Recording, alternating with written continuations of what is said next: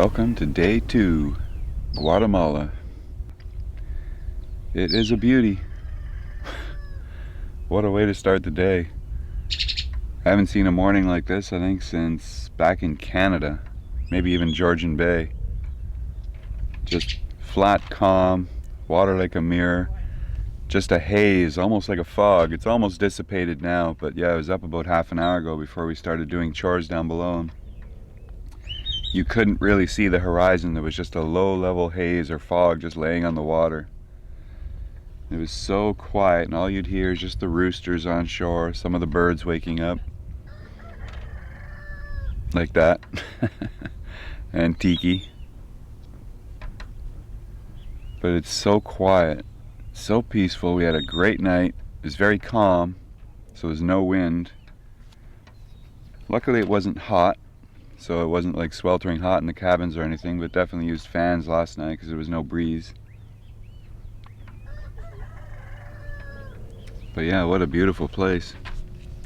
Very quiet, very peaceful. Sun just coming up on the horizon there. It's about 6:30 right now, so sun's been up for about an hour.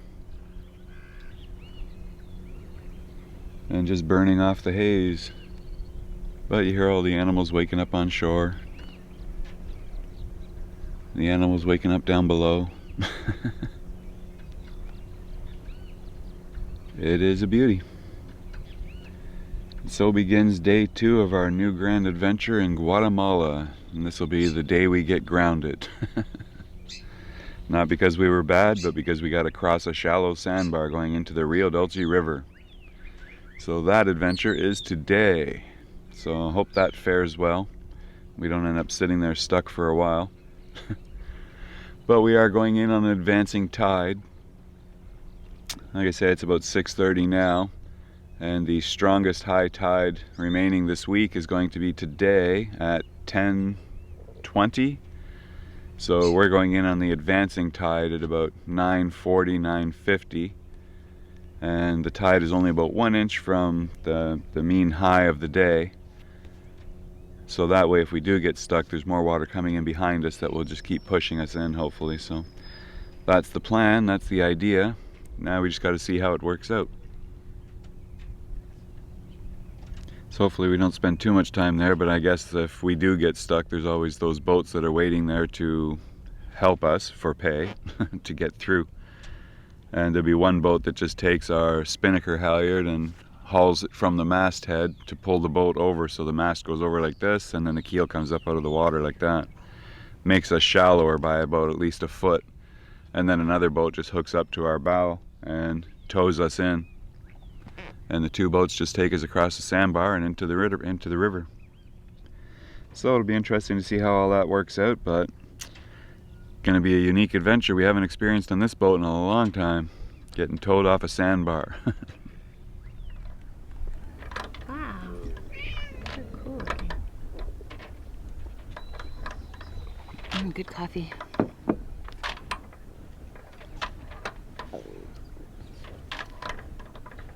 Or what are your first feelings about experiences in Guatemala so far? Oh my goodness. It feels very peaceful. Very calming. I like that there's a lot of nature. You don't see any buildings or any commercialism. It's quiet. We could hear somebody singing on shore last night. It was really cute at sunset. I like that. I'm probably like a little local village person. Yeah, so far so good. It's a good change from Belize. Well, Tiki heard them too, kept going woohoo! Yeah. Knew there was a party going on. Yeah. Felt welcoming. The people that went by on their boats waved and didn't even really bother us. Whereas some places we were getting harassed. We'd just go to shore.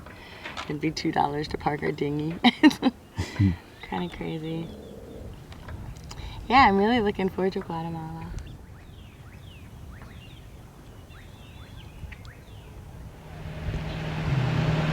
8 a.m. on the dot. As you can see, engine's warming up and we are right on schedule. So we are just about to pull anchor and make our way over towards the entrance to the Rio Dulce.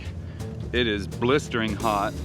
There is 2 knots of wind, 2, if that, as you can see on the water. It's perfectly calm out here. It is so hot. I mean, if it wasn't for you guys, I'd probably be naked, but it's hot. But yeah, we're just getting ready to pull anchor now. So how are we looking, okay? Yes, we're looking good. Snubbers off. Snubbers off, good. You ready to go? All right, Okay. start going. Probably don't need much help from me with the engine today. It's coming straight up. And yeah, it's just gonna be obviously a straight motor ride. Otherwise we might end up, you know, arriving next week sometime if we're lucky. But should be less than 2 hours, which should put us there just before 10 a.m., which is exactly where we want to be. 10 a.m. Let's see, the exact high tide or slack tide, the reversal of tide is at 10:20.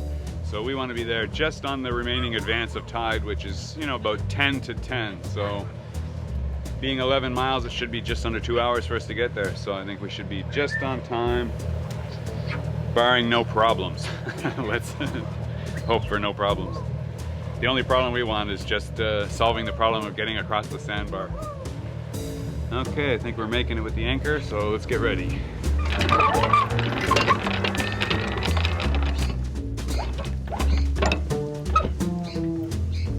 Bloody lovely. All right, ready to go. Yeah, okay, great. That is my cue to get my ass back to the wheel and get in gear. Good morning, Tiki. Woohoo. Good morning. Hey, pretty girl.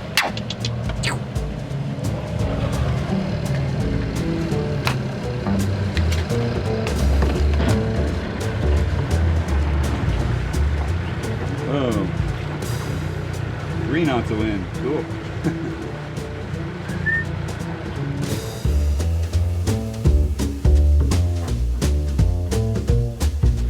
It's exactly 10 minutes after 8 o'clock. We are underway doing 6.5 knots. We have exactly 10 miles that direction to make tracks. But yeah, you can see there is absolutely barely a ripple on the water. So it is going to be, from the looks of it so far, 100% motor ride. But, oh well, what can you do? Sometimes we got a motor. At least we have that option so we can still get over there in less than 3 days.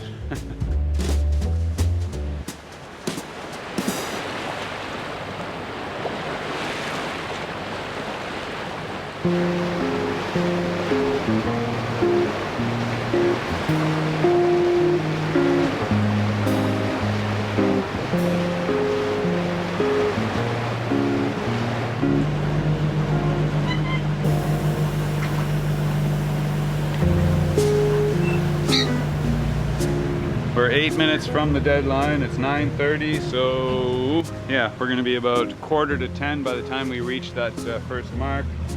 We got 22 feet of water, and we just talked to our friends over on the catamaran. I didn't realize that catamaran we were looking at, that's La Mischief, and they are friends from the rally, so they just timed it to get here from Roatan and get here the same time at high tide. So I wanted to see if they wanted to go ahead of us, just in case we get stuck, courtesy, so they don't end up stuck behind us.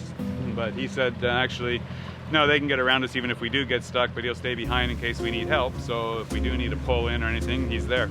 So that's cool. Thanks, La Mischief. So we are almost there. Just about time to get her up to ramming speed. Livingston.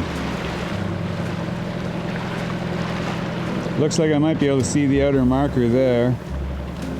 So we should be lining up on the markers right about now. We have a fishing spot to starboard, like 5 degrees. Okay, as long as we miss it.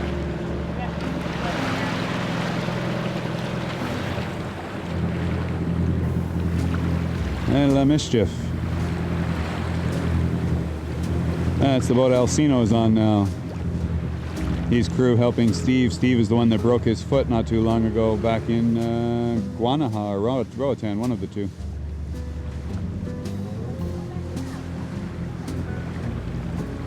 Yeah, that's Alcino's boat. Just when we thought it couldn't get any hotter, it's getting hotter. How you doing up there? You melting? Oh, you got shade at least. I think it's going to be the hottest planet, or the hottest place on this planet. Yeah, I don't know. Getting really flat in here. Calm. Whew.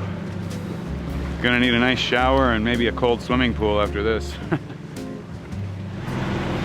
can see we're just lining up on that first mark there right now.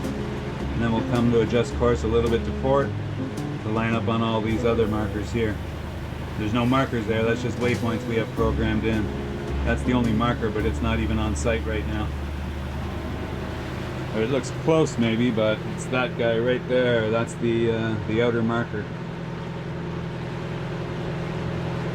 Apparently that's the only marker left. And we're at 12 feet as the tension mounts. Amy, be sure and hold on to something just in case we do bump up here. We're on our way to the first mark. There's supposed to be 7 feet and then it drops to 6 for 2 more markers. We're at 11 feet right now.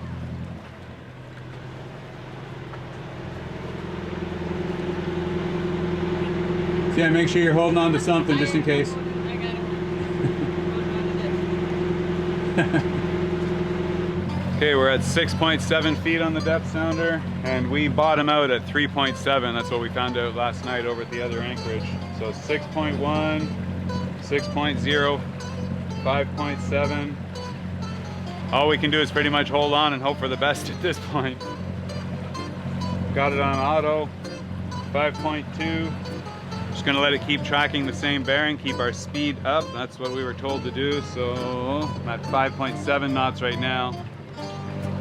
Steve's doing the same thing, although I don't expect he's gonna touch anything. Okay, hold on, we're at 4.0. We only got 3 inches under the keel, here we go. Oh, that was first bump. Okay, that one stopped us. I'm gonna give it some more throttle.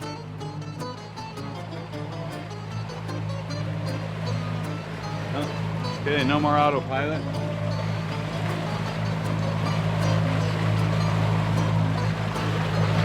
Alright, we're on the bottom. We're still inching forward. You can see we're trying to push our way out. Now I'm using the rudder just to swing back and forth and slowly inch the keel across the sandbar. It is a soft bottom, so that's good.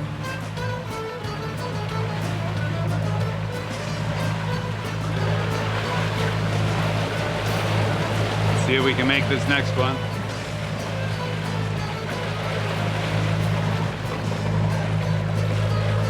We're still moving forward slowly but surely, but very slowly. You can see we're getting lots of push out the back. Gonna get a little more RPM.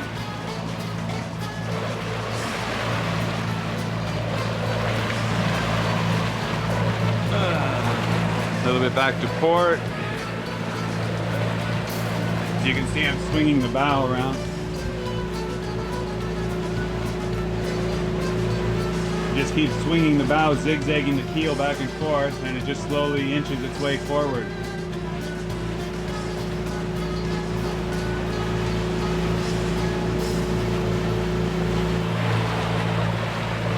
Yeah, I've done this before, just nobody likes to do it.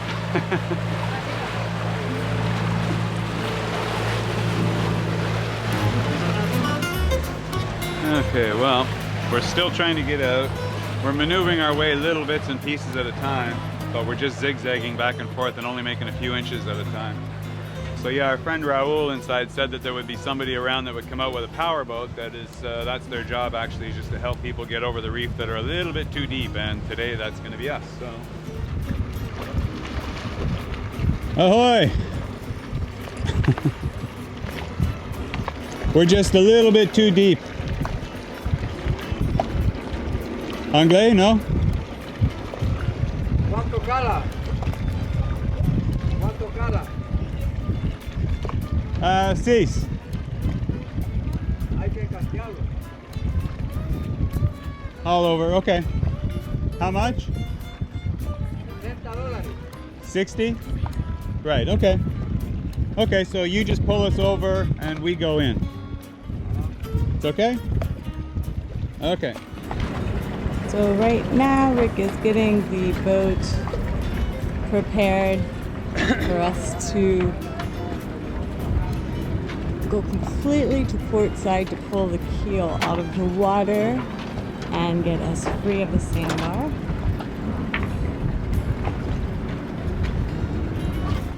Okay, so basically I've just got our spinnaker halyard here and we're just freeing it up and pulling it through. We're gonna pass off the end to him.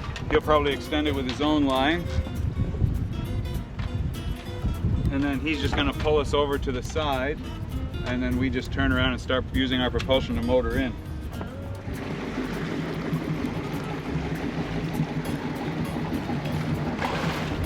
They got a bowline in their knot, their line, so I'm just putting a bowline on ours, and that'll give us that.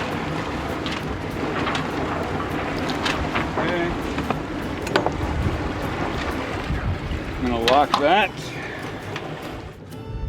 So he's gonna pull that line tight, it's gonna heel us over. And then I put it in forward and steer back towards the entrance.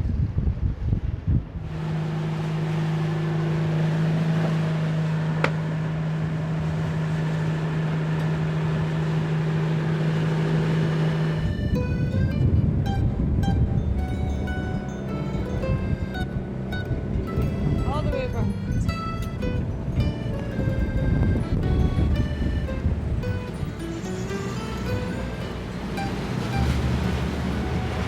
Oh, we're making progress little by little, but boy, even hauled over that much, we still can't get our draft up enough. I'm surprised.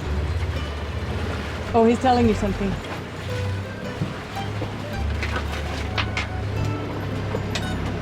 Okay. Still wants us to turn that way, but I can't get my nose over that way. I'm hard to port already and it won't turn.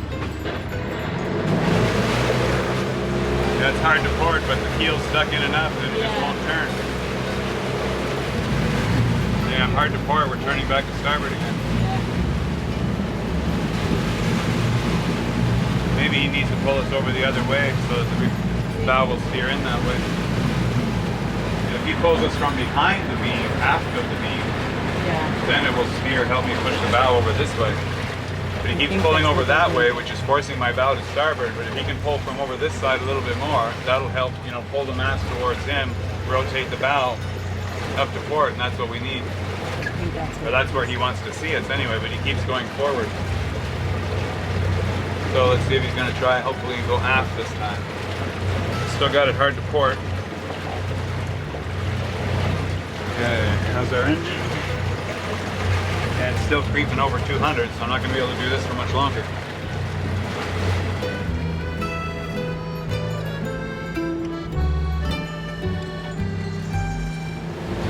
We're doing half a knot, but we are moving. Got the rudder kind of balanced. I'm trying to give us more forward propulsion than actually just turning. I'm trying to let him control our bow direction. But he needs to be still a little bit more aft of us in order to turn us in that direction. At 1.4. Hey, we're starting again.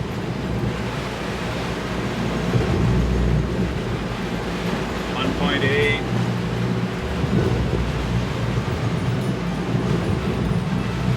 Come on, baby, you can do it.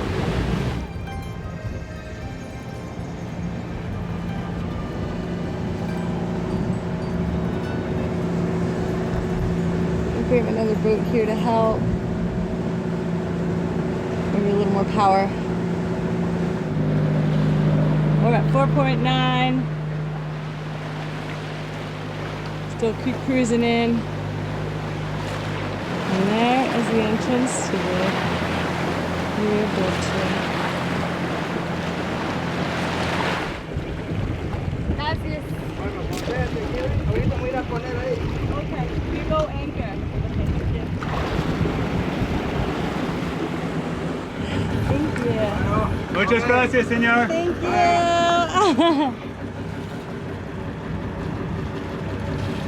Buenos días. All part of daily life here in Guatemala, but these are the people who make their living just trying to help boats like us get in to the Rio Dulce, because yeah, they can't dredge that. I mean, it's all just shale or something with mud over the top. So this is part of daily life. That's why they're restricted to 6 feet and under. But even us, you could see at 6 feet, it was a challenge to get in, but we did it. Muchas gracias. And that, my friends, is how you make a grand SSL entrance to Rio Dulce in Guatemala. What an adventure. Oh my God. I think that's enough adventure for one day, don't you think? I think so. Need a beer. So I was gonna go get us a cold beer. Oh, better get two, they're small. Well, yeah.